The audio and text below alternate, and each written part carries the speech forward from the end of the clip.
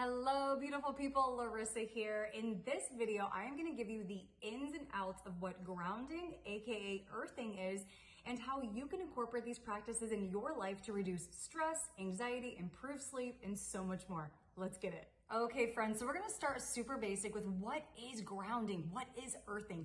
Maybe you've heard of the phrase tree hugger, going and soaking up the earth's rays and laying out on the ground and being part of nature, right? What does that actually mean? So when we say grounding, we're actually referring to the practice of reconnecting our natural biorhythmic electrical magnetic field back with that of the earth. So think of our bodies as this bioelectrical battery, and our jumper cables are the parts of our bodies, usually our feet, that are connected with the earth. What's actually happening is a rebounding of an energetic exchange. So when we take our shoes off, our rubber soles in particular, when we take our shoes off, when we ground with the earth, when we walk in the earth, when we sit or lay in the earth, we are allowing our natural biorhythm to be in alignment with the earth. So there's a natural feedback happening back and forth that just happens on its own. You don't have to do anything except just be.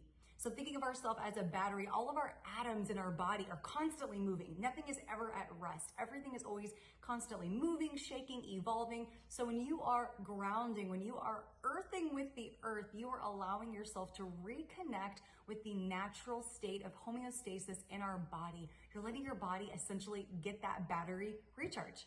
So at this point, you're probably wondering, well, why do I want to go do that? I am so glad you asked. So some of the top benefits that I really enjoy when it comes to earthing, grounding, is that it reduces stress. My entire life, I have dealt with mindset around being overwhelmed, being stressed, being depressed. You know, bipolar actually runs in my family, so it's something I'm very mindful of in my daily life when I'm being reactive versus responding to stimulus outside of me. And one of the practices that has really helped me is grounding, is going out, just sitting with nature, friggin' talking to a tree every once in a while is super healing. So grounding can help you reduce anxiety, stress, depression, these parts of our mental capacity that just need a little bit of a rest and a recharge sometimes. It helps you to improve sleep. It's gonna help that biorhythm become more peaceful. That parasympathetic nervous system is gonna be activated a little bit more and a little bit quicker.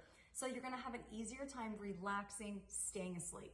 On another flip side, it actually increases our energy flow. So as you start to incorporate this grounding practice into your daily life, you might notice that you wake up with more energy. And for me, that is so amazing. Not having to rely on caffeine, not having to rely on any of these outside stimulus, and knowing that the earth can literally charge us. And it reduces pain. It allows your body to start activating those atoms a little bit more and those healing properties that we naturally possess in our body. You can heal your body, and grounding is a great way to do it. Okay, so now that you're totally jazzed on what is grounding, aka earthing, and what are the benefits of this, and again, those were just some of the benefits. Do your own research, educate yourself. There's so many more out there. Now you're probably wondering, okay, well, how long do I need to go hug a tree? How long do I need to go and lay out in nature and earth and be one with all that there is? So actually, pretty straightforward answer. You get to pick, you get to decide, and it is recommended that you spend at least 10 minutes a day doing this practice, up to about 20 minutes. Again, you can take this as long as you want or as little as you want. Now, there's so many different ways of how to do grounding, right? So how long is dependent on you, and a couple of the ways that you can use to actually embody this practice are, get this, you can buy grounding devices. They can actually sit underneath your computer to help your electronics ground, which can help that connection again with the biofeedback with the earth is all connected to our electrical systems as well. Our bodies are electrical system. So if it helps our bodies, of course it can help our electronics. They make pads that you can sleep on for grounding. I'll link, I'm not gonna be advocating for this website. I just know of this website that does sell pretty inexpensive grounding. I know Amazon sells products like this. Shop local if you can. But there are things that you can buy actually to help your body ground that you can sleep with, you can keep in your car seat, you can keep underneath your electronics to help ground in that energy. Now, if you're looking to not spend money to be able to ground and you're looking for ways, how can I tap into this power within myself? Easy. Meditation. Quick little 10-15 minute meditation a day. If you can get outside in nature, even better. Take your shoes off. Allow yourself to just be at ease. just be. So you can spend money on a grounding device if that's going to take that extra little thing out of your daily activities. You don't really have a lot of time to sit underneath a tree. Maybe a grounding device is more of your speed. You can meditate. Like I said, you can hug a tree. And one of my actual favorite practices, and I'm going to show you here, is using crystals. So crystals have their own energy. This is a beautiful piece of tourmaline. I really like the little arch here. This is a grounding stone. I've actually noticed a lot of black stones are grounding stones. So you can use ones like tourmaline. You can use lava rocks. Check that out. Look at the little craters up there. Oh, so good, so good. So lava is a great grounding stone. I mean, it's literally, these are from the earth, guys. So you're having earth with you.